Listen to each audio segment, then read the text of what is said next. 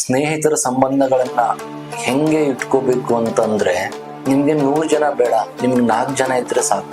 ಇದ್ರಲ್ಲಿ ಇಂಪಾರ್ಟೆಂಟ್ ಆಗಿ ನಾವು ತಪ್ಪು ಮಾಡೋದು ಏನಂದ್ರೆ, ನಾವು ಅವ್ರನ್ನ ಅರ್ಥ ಮಾಡ್ಕೊಂಡ್ಬಿಡ್ತೀವಿ. ನಾವು ಅವ್ರನ್ನ ಅರ್ಥ ಮಾಡ್ಕೊಂಡು ಅವನೇ ನನ್ನ ಬೆಸ್ಟ್ ಫ್ರೆಂಡ್ ಅನ್ಕೋತೀವಿ. ಬಟ್ ನಿಮ್ಮನ್ನ ಅವ್ರು ಅರ್ಥ ಮಾಡ್ಕೊಂಡಿದಾರ, ಅದು ಬಹಳ ಮುಖ್ಯ ಅಲ್ಲ.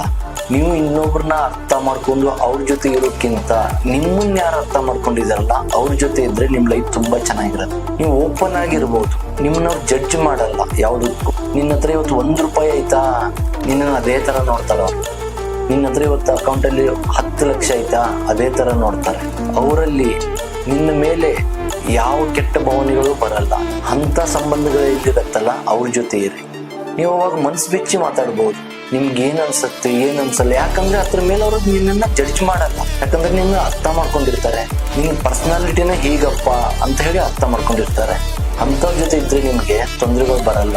ನಿನ್ನ ಅರ್ಥನೇ ಮಾಡ್ಕೊಂಡವ್ರ ಜೊತೆ ಇದ್ರೆ ತೊಂದರೆಗಳು ಅವಾಗ ಬರ್ತಾನೆ ಇರುತ್ತೆ. ಸೊ ನೋಡಿ, ಯಾರನ್ನ ಚೂಸ್ ಮಾಡ್ತೀರಾ ಅಂತ.